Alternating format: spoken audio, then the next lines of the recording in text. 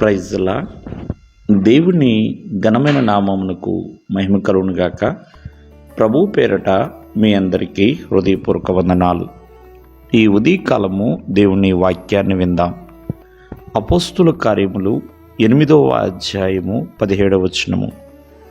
అప్పుడు పేతురును యోహానును వారి మీద చేతులుంచగా వారు పరిశుద్ధాత్మ పొందిరి.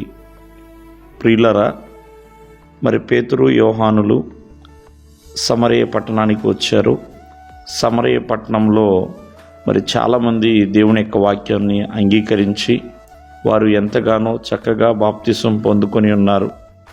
ప్రేమైన వాళ్ళరా, ఇలా ఎంతగానో దేవునిలో వాళ్ళు ముందుకు కొనసాగుతున్న సమయంలో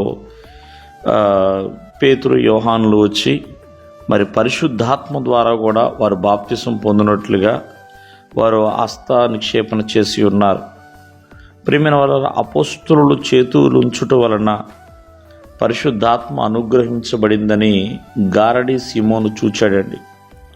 చూచి నేను ద్రవ్యము ద్వారా పరిశుద్ధాత్మను పొందడానికి నాకు అధికారం ఇవ్వండి, మీకు కొంత వెండినిస్తాను అని వారితో అడగటం ప్రారంభించాడు. ప్రియమైన వాళ్ళ పేతురు చాలా సీరియస్గా అతనికి చెప్పాడు.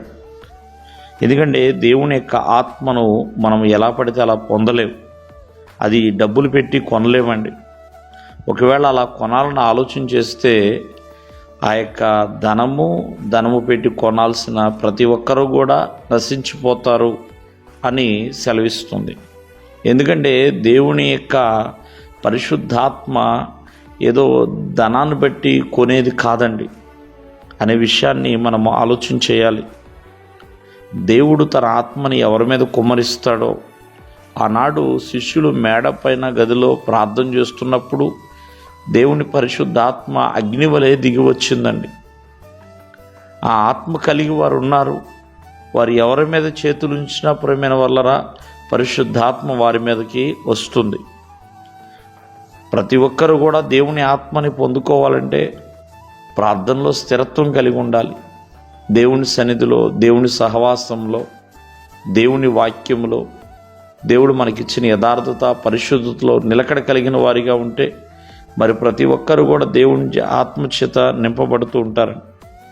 అంతేగాని ఒకరికి ఉంది కదా ఇంకొకరికి వస్తుందిలే, డబ్బులు ఇస్తే వస్తుందిలే అంటే అది కుదిరే పని కాదండి.